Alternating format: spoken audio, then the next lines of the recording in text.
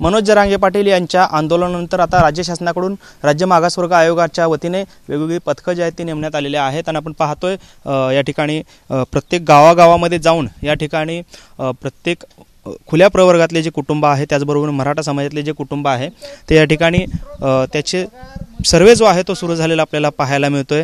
आपण पाहतोय खरं तर दक्षिण सोलापूर तालुक्यातील उळे गावामध्ये आता आपण आलेलो आहोत आणि या ठिकाणी जे शासनाचे नियुक्त केलेले जे काही प्रगणक आणि पर्यवेक्षक आहेत ते घरोघरी जाऊन या ठिकाणी सर्वे जे आहे ते करताना आपल्याला पाहायला मिळत आहेत।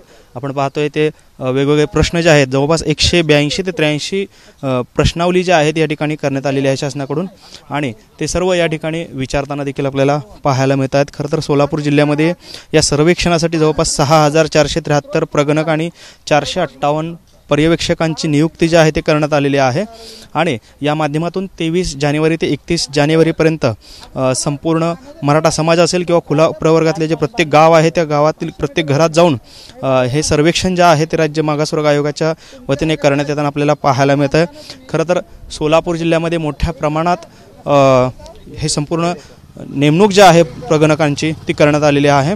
त्यामुळे सोलापुरातील 11 तालुके जे आहेत त्या तालुकानिहाय या ठिकाणी ही सर्वे जो आहे तो सुरू असल्याचं आपल्याला पाहायला मिळतं आहे। उत्तर सोलापूर तालुक्यामध्ये 231 प्रगणक आणि 16 पर्यवेक्षक आहेत, बार्शीमध्ये 921 आहेत, दक्षिण सोलापूरमध्ये 344, अक्कलकोटमध्ये 582 प्रगणक आणि 39 पर्यवेक्षक आहेत, पंढरपूरमध्ये 1150 प्रगणक आहेत, मोहोळमध्ये 525 आहेत, माढ्यात आहेत 698, करमाळ्यामध्ये 500, मंगळवेढ्यामध्ये 499, सांगोल्यात 450 आणि माळशिरसमध्ये 573 इतके संख्या जी आहे ती या प्रगणकांची आहे। जवळपास 6473 एकूण प्रगणक जे आहेत ते या ठिकाणी नेमण्यात आलेले आहेत। आपण पाहतोय मराठा समाजाच्या एकंदरीत मागासलेपणाची जी काही सर्वे आहे तो या ठिकाणी सुरू असल्याचं आपल्याला पाहायला मिळत आहे।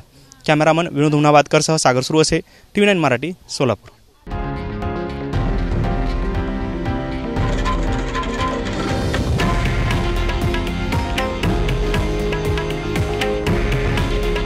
हे आहे देशातील नंबर 1 न्यूज नेटवर्क आणि आपण पाहत आहात TV9 मराठी।